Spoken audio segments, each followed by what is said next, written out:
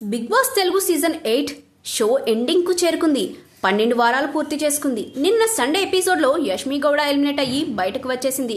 ఇక మరొక వైపు ఎలిమినేషన్ ప్రక్రియ పూర్తి కావడంతో 13వ వారం నామినేషన్స్ లో ఎవరుండబోతున్నారు అనే విషయం ఉత్కంఠగా మారింది.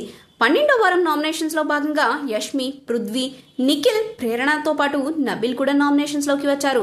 ఇక చివరిగా యష్మి, పృథ్వీ మిగిలగా ఈ ఇద్దరిలో యష్మి ఎలిమినేట్ అయింది. తాజాగా సోమవారం ఎపిసోడ్ నామినేషన్స్ రసవత్తరంగా సాగినట్లు తెలుస్తున్నాయి. తాజాగా ఇవాళ ఎపిసోడ్ ప్రోమోను బిగ్ బాస్ రిలీజ్ చేశారు. ఆ ప్రోమోలో ఏముందో ఒకసారి తెలుసుకుందాం. ఈ ప్రోమోలో నామినేషన్స్ రచ్చ రసవత్తరంగా సాగింది. ఎవరైతే ఫైనలిస్టులుగా ఉండకూడదని అనుకుంటున్నారో వారిపై రంగు పోసి నామినేట్ చేయాలని తెలిపారు బిగ్ బాస్. ఇక ఒక్కో కంటెస్టెంట్ ఇద్దరు ఇంటి సభ్యులను నామినేట్ చేయవచ్చని, మెగా చీఫ్ అయినందువల్ల రోహిణిని ఎవరు నామినేట్ చేయకూడదు అని కూడా తెలిపారు. ఇక నామినేషన్ సందర్భంగా గౌతమ్, నబిల్, అవినాష్, పృథ్వీ మధ్య వాడీవేడి ఆర్గ్యుమెంట్ అందరినీ ఆశ్చర్యపరిచింది.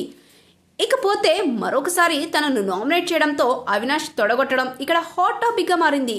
ఇక పృథ్వీ కావాలనే అవినాష్ ను రెచ్చగొట్టాడు.